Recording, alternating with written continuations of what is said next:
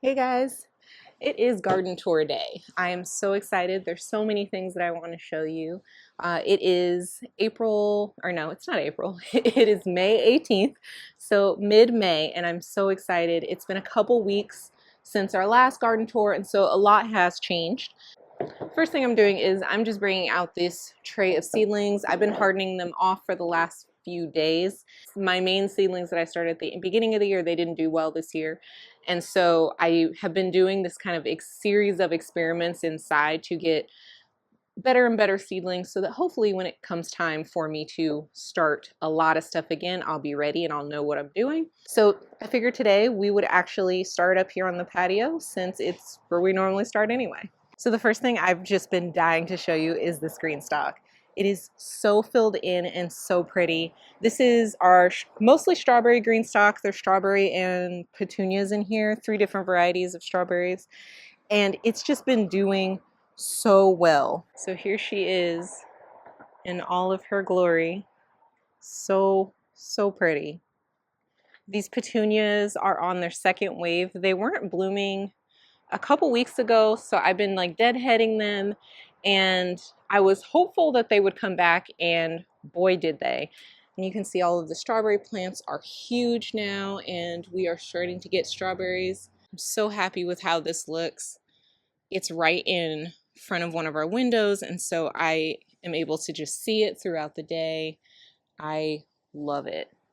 Oh, there's a little praying mantis. I've never seen one that small before. Hi, dude. Or lady. I don't know. I hope you're happy here. We have been fertilizing these green stalks, I want to say every 2 to 3 weeks with a fish emulsion organic fertilizer, and everything in here has just been super happy with that. And then right next to our green stalk, you can see all of these white flowers. These are our blackberries. This hedge of blackberries has been doing super well. It actually has way more flowers and fruit than we thought we were going to get this year, just because we pruned it incorrectly last year. And so we had to just kind of make up for that this year. So we thought we weren't going to get much of a harvest, but I mean, this thing is covered. So we absolutely love having this blackberry hedge here. One, because the blackberries are really good, and it's really nice to have this summer fruit here. But also this gives us just a really nice backdrop for parties. And it grows actually all the way up to the top of our patio ceiling.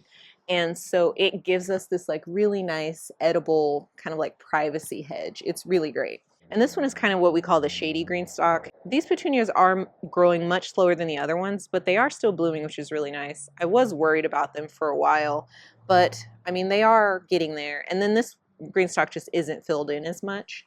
I also just love having all these flowers on our patio, and the fact that, you know, we have little bee friends visiting us.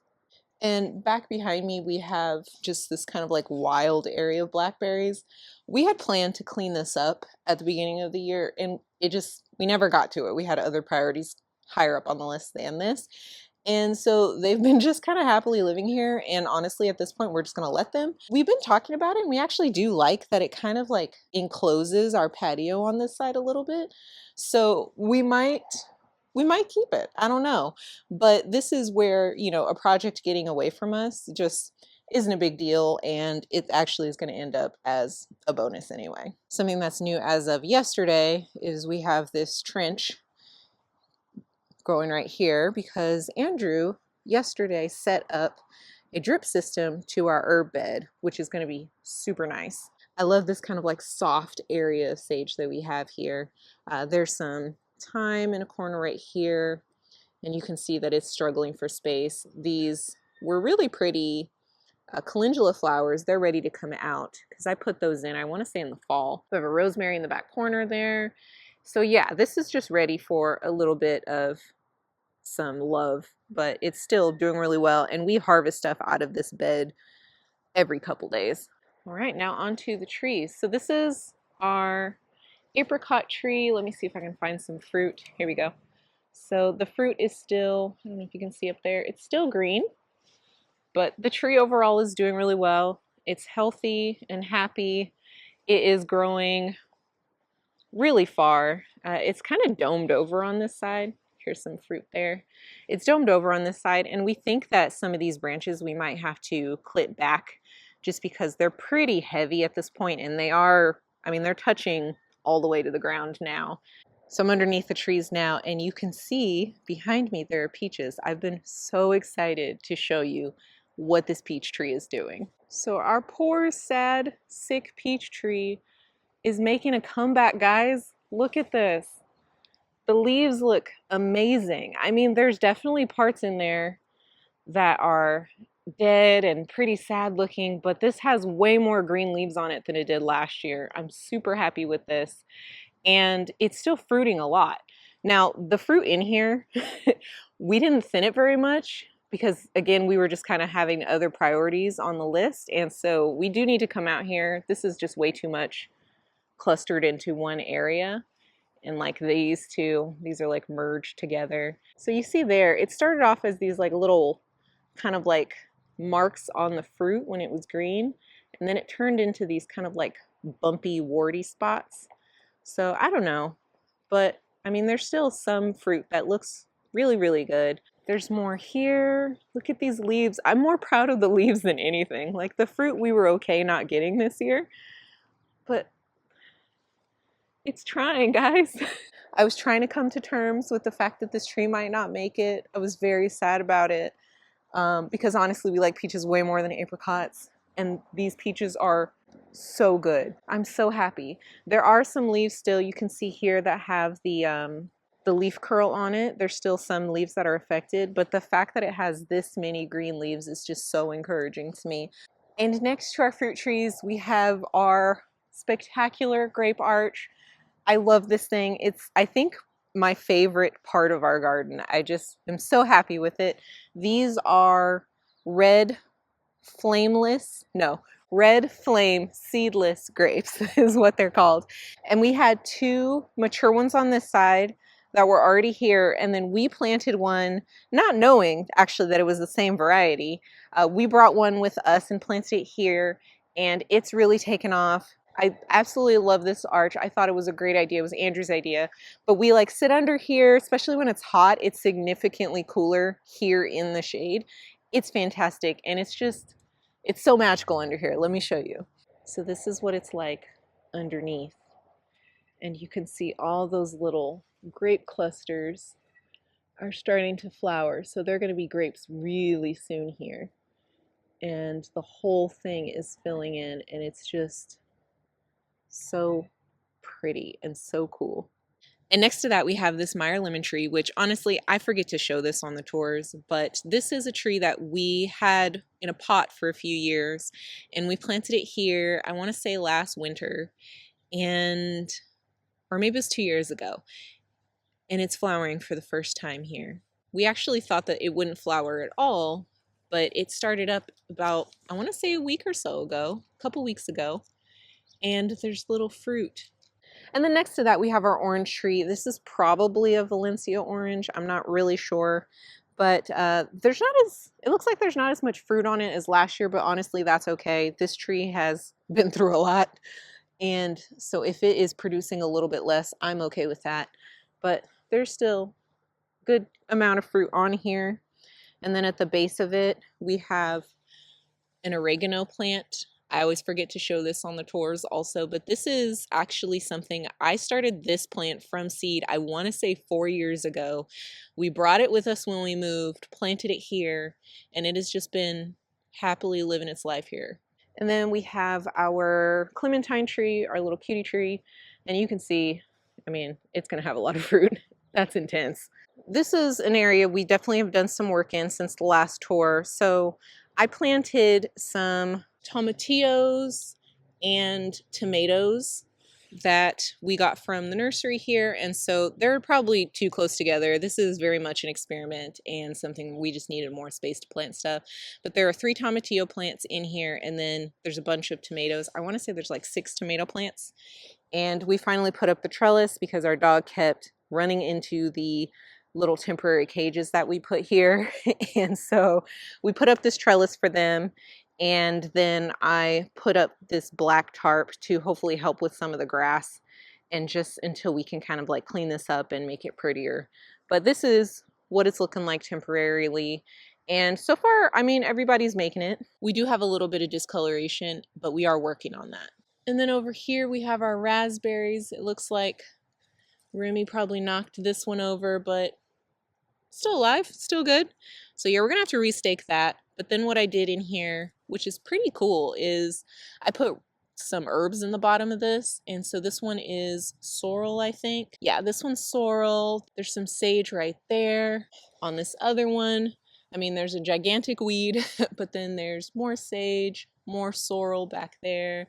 There's a little thyme plant right there.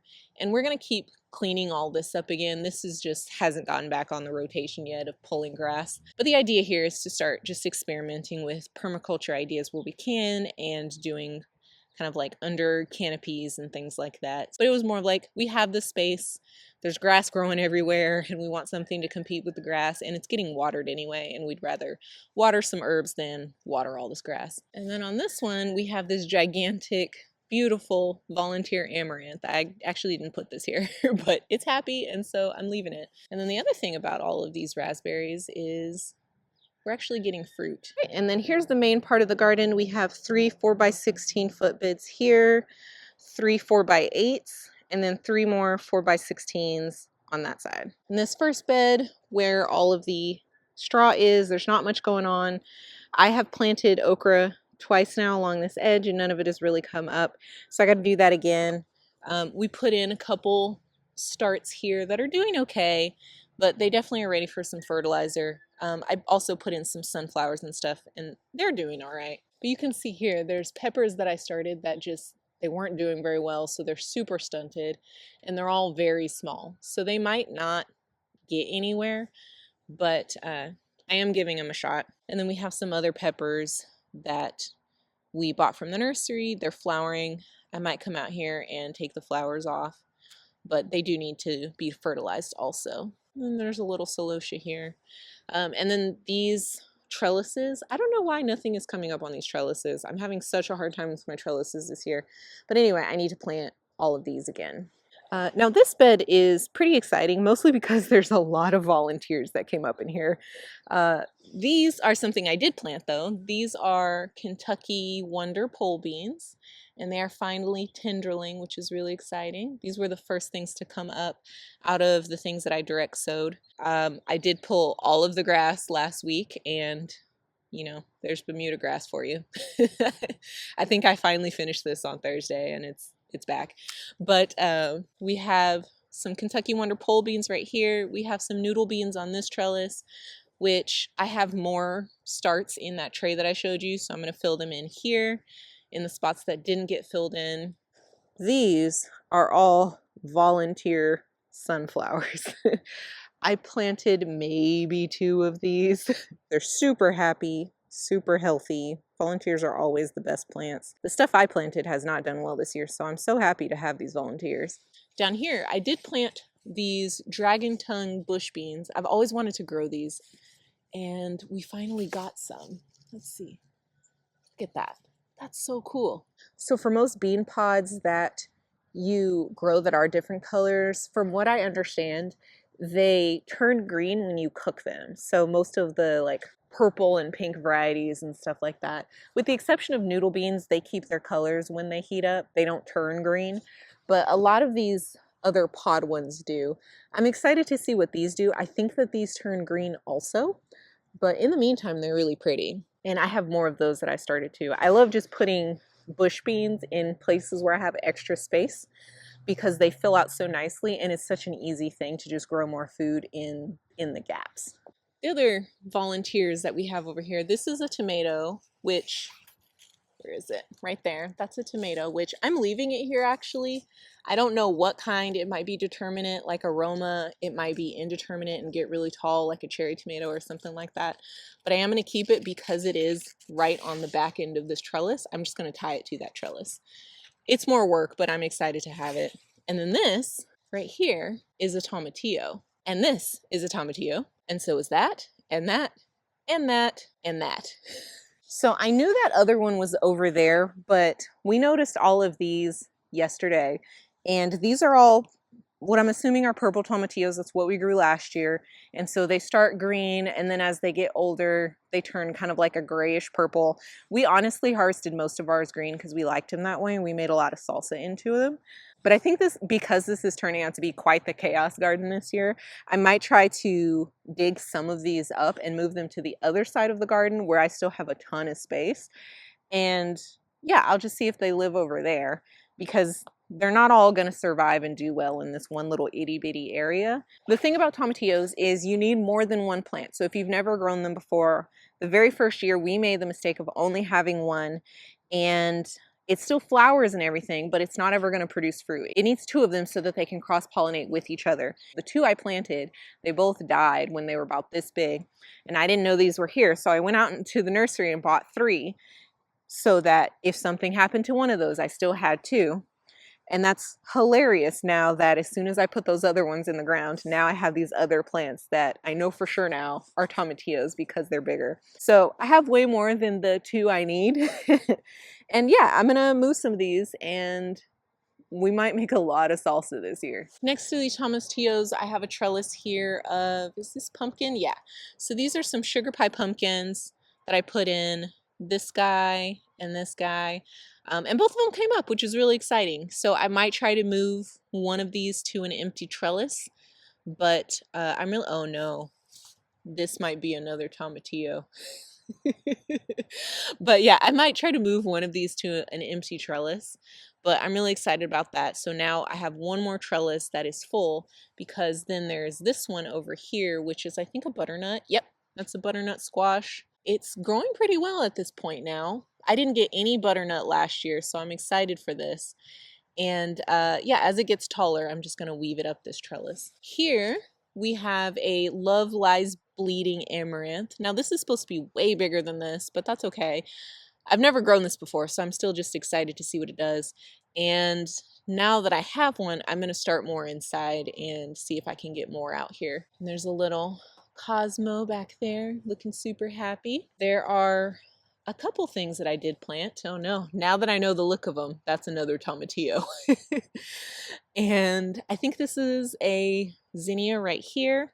This is a yellow squash, and it has just exploded since the last garden tour, so I'm super excited about that. This is a dahlia.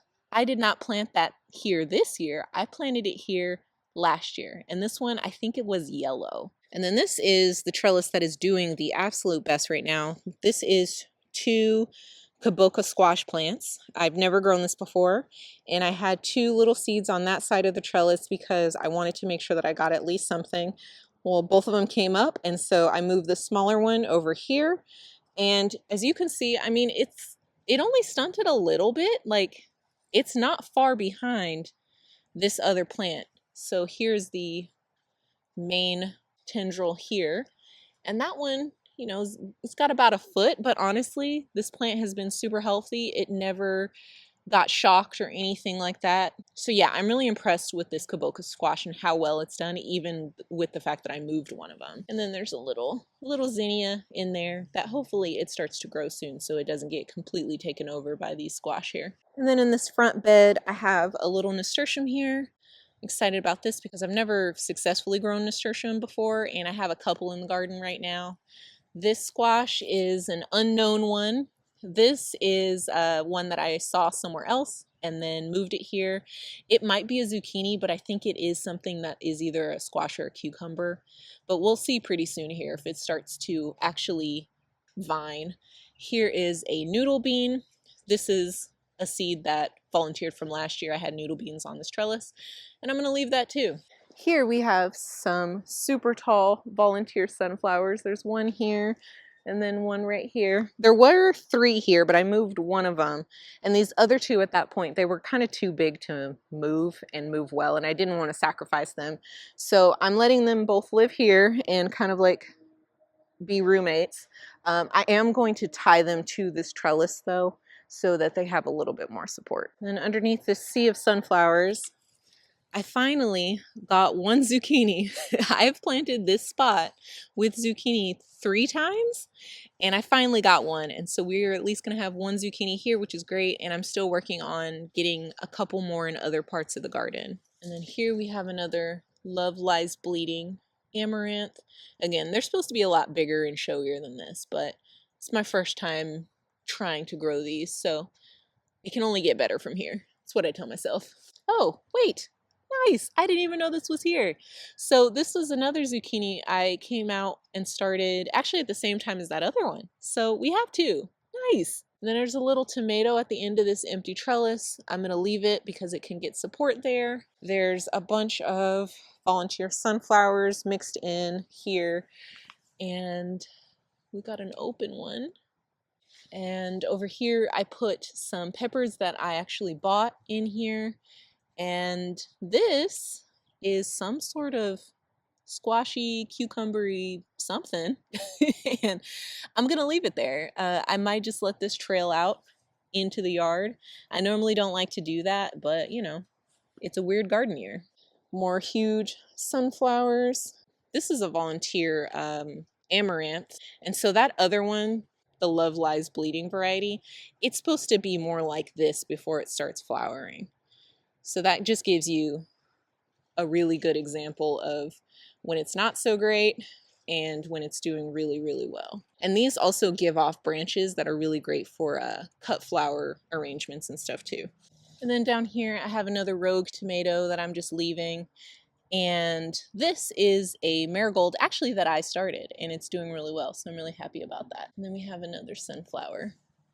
The goldfinches have been getting to them. I've been watching them come and stand on the flowers and pick at them, but it's not as bad as last year. Oh, and then that's a sunflower that we lost when we had a really windy day. It broke off, which was kind of sad. Now I'm back in the back of the garden here. This is where we have some watermelon. This is our pumpkin patch too. So you can see that here, this one is pretty small still, and I have to clear all these weeds around it so that it has a fighting chance. And then I had another one that was even smaller right here, and it looks like it finally died. But I put 2 more watermelon seeds back here, and it looks like both of them came up. And so we'll still have some watermelon, hopefully. And then I moved this sunflower back here. This was the one that was that third sunflower, and it's definitely stunted a lot since I moved it here, but it is still growing. Up next in the back of our garden, we have the potatoes that we're growing in pots. Now, since the last tour, what's happened here is we moved them mostly so we could kind of make a barrier for our dog, because he just runs through the here super fast and just like tramples all over stuff. And so we kind of were hoping to slow him down a little bit, but also Andrew put in a drip line for me here so I don't have to water these by hand anymore. And these are ones that have kind of like a, where is it? They have these like little bubbler things. They've been working out pretty well. We've had these in here for like a week now, and it's great because now it's one more thing that is automatically watered and I don't have to remember to do it or, you know, find the time to do it. Potatoes are supposed to flower. Sometimes I've seen them flower and sometimes I don't, but we usually get potatoes even if we don't have flowers that year. So basically when all of these start to look really, really bad, we're going to go ahead and harvest them and see what we get. Now here we have by far my worst looking bed. This is the one that I have not gotten to pulling the grass out again yet, and the grass is completely taken over. And I think one thing that's new in here since the last tour is we came in here and we planted a bunch of stuff. So we planted a bunch of Roma tomatoes in here just because there was a lot of gaps. But we basically lined this bed with tomatoes all the way around because we wanted to make it a useful space if the flowers weren't going to grow. And then we have like 2 peppers over there. There's another pepper over there. So yeah, we were just trying to fill this in. This is one of those things that I don't like showing this. I don't like showing it at all, mostly because I wish it didn't look this way. And I wish I had time to fix it and make it better. And I just haven't, and this is what it is. And the reason I am showing it anyway, even though it's embarrassing. I don't like this. This is a very hard gardening year for me. We have a new baby, and I just haven't been able to give this the amount of time and attention and work that it needs. But I'm still trying to have a garden. And so this is what it is for me this year. It's a lot of volunteers, it's a lot of stuff in random places. It's a lot of pulling grass, and it's a lot of grass just being there. And I'm trying to remind myself still that it is a beautiful, productive space, and it's still, even with all of the grass, it's still so worth having. Not only for the food that we're going to get out of this still, but because of all of the joy and peace that it gives me, being able to take care of it when I can, or to just be able to sit out here for a second and, you know, catch my breath on a hard day. So if your garden looks like this, or, you know, maybe it's not that bad and you're like, oh, my garden is fine because hers is terrible. That's fine too. I'll take that. But if your garden looks like this, or maybe it's worse than this, I hope that you can still find the grace for yourself and know that it's still a beautiful space and you can still very much get a lot out of it as far as harvest, but also just peace and joy and happiness. It's all still there. In this middle bed, these snapdragons have looked amazing the last few weeks, but they are starting to get pretty diseased, so it's time for them to come out. I mean, from far away, they look great. From the house, they look awesome. I am ready to get these out because they've been in here since last year, I want to say. And then over here, I have nasturtium that's flowering. Never had that in my garden before.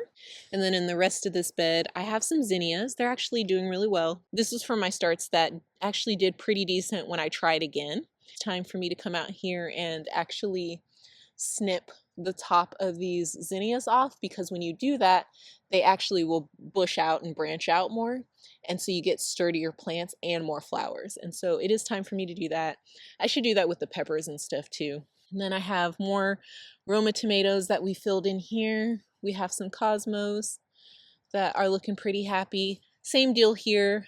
These I actually did top them, and you can see there's like multiple branches now, which is nice because I also want to fill in this space more. Over here, these are Mexican sunflowers. I've never grown these before, and so I'm excited to see what they do. I watched a video the other day that said that these get 10 feet tall, and I had no idea. So this might have been a bad idea. I don't know. It's going to be a glorious idea no matter what. I'm going to enjoy it, even if they're 10 feet tall.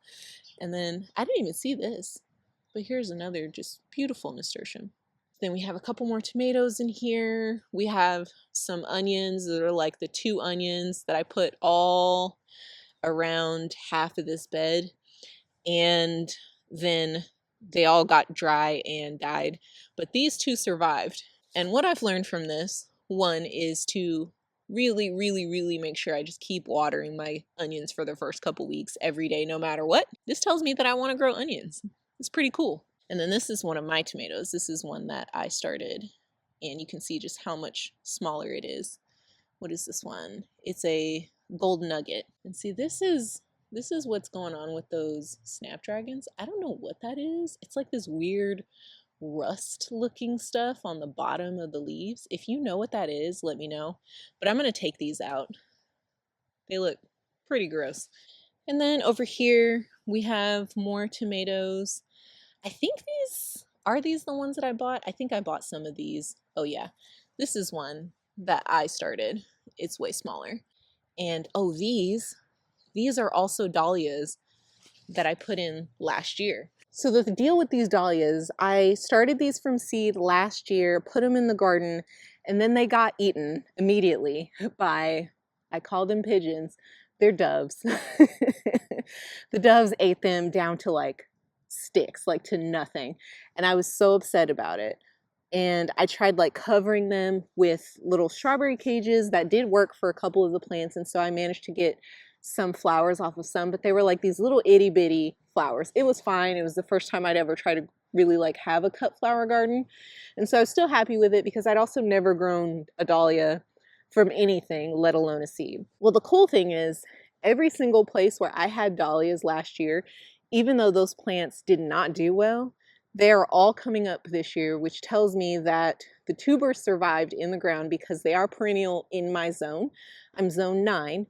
And if it gets warm enough, you don't have to dig up dahlias. You can just leave them in the ground. And that proved to be true. These just got cut off at the base of the plant last year, and they're growing back, and they already look, all of them look way better than they did last year. So this is super encouraging for me. And then the other cool thing that's happening in these beds is the cosmos are blooming and they look fantastic. I mean, there's these little itty bitty guys back there, but then there's a healthier plant back there, and these are all a dwarf variety of cosmos. So I'm curious to see how big they're gonna get in general. And then this over here, this is a pink calendula.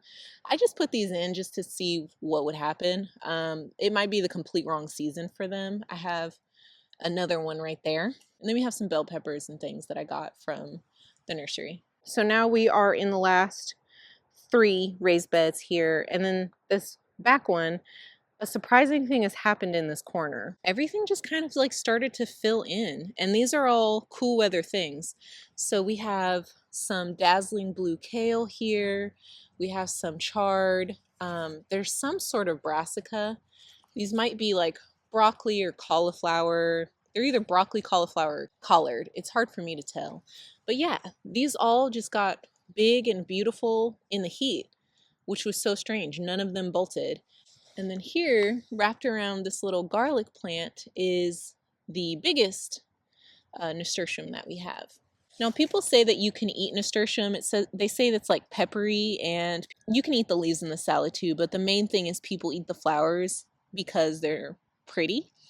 I'm not usually a fan of eating flowers. We might try it, but they are pretty. I can see why people would add them to salads and stuff. Back there I have a Armenian cucumber, which it stunted for a really long time because I did transplant it there, but it's starting to pick up now. These are Kentucky Wonder pole beans back here, and they really shot up in the last week or so. They started tendriling last week, and now you can see they're really getting going, which is really nice. Back here, we have a couple carrots that I can take out now. I have no idea what that is, so I'm just gonna take that out. It might be like a tree or something. No clue, couldn't tell you.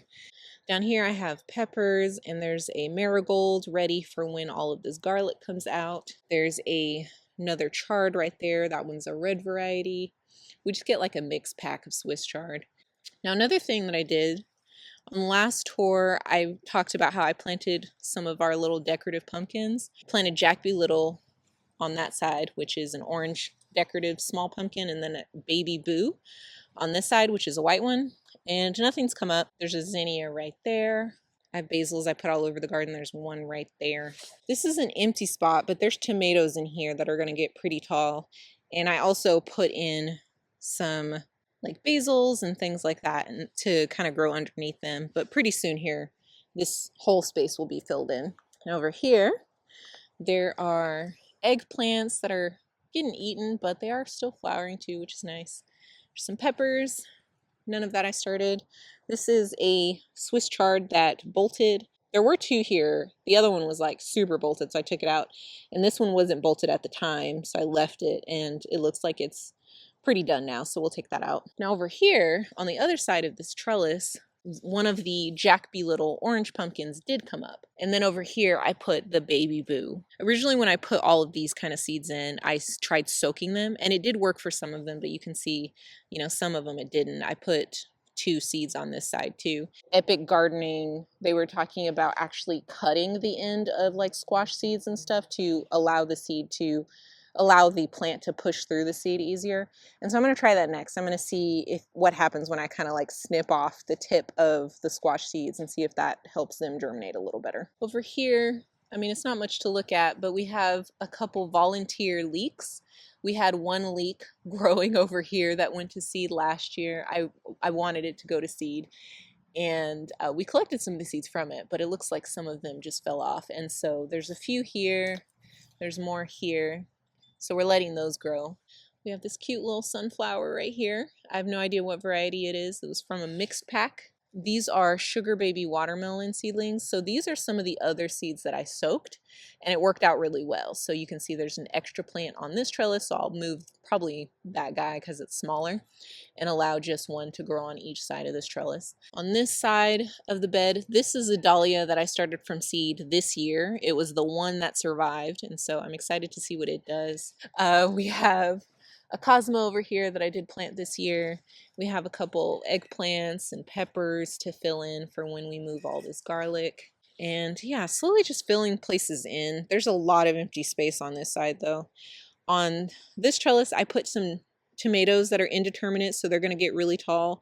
And I wanted to try doing a couple tomato arches. I think that that would be really cool and pretty. And I had more tomato plants because we bought them in like 6 packs from the nursery. So I put a couple there. There's another dahlia from last year that came back. Over here, I have another calendula. I have some peppers from the nursery. And I mean, this one is really big. So it's very happy in this spot. And then over here, I also have more tomatoes. These are cherry, super sweet 100 cherry tomatoes. And I really do want a full arch of these. Stepping back a little bit, you can see that the biggest difference between this tour and the last tour is I took all of the snow peas out. And so all of these trellises are super bare and empty right now. It has been a little bit sad to not have things growing up the trellises because it just makes the garden feel more full. But it was time for them to go. This is the hard part, is like taking things out so that you can really transition things in well. I try to overlap, but I'm still like figuring out the balance on that. And so for right now, we end up with things like empty spots. I'm going to be super sad when this garlic comes out because these beds are going to look really empty when all of this garlic that is lining all of these beds is ready, which honestly should be like a couple weeks from now. So we'll see how it goes this year. But back to this front bed, we have the 2 more super sweet 100s right here, and there's another one hidden in there with all of that sweet alyssum. I'm going to give it more space and dig some of those plants out. But the great thing about sweet alyssum is that they actually don't compete for root space with other plants. So you can see the tomato is right there. But I do want to take some of this out because I do want it to get more sun than it's getting. And then we have some eggplants that have been, something's been enjoying that. And we have more peppers over here. This trellis is, I think, a watermelon too. Oh no, this one's a sugar pie pumpkin.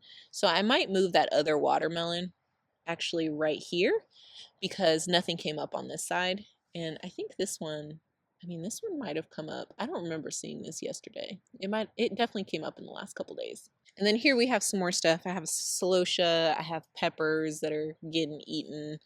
And then there's still some cold weather stuff that I just didn't take out. I was trying to focus on getting all the bolting stuff out. And it's not honestly taking the space from anything else, so I just left it for now. But I do want to clean this up and really focus on the summer garden. Then we have these beautiful pansies that just keep blooming. It's really awesome.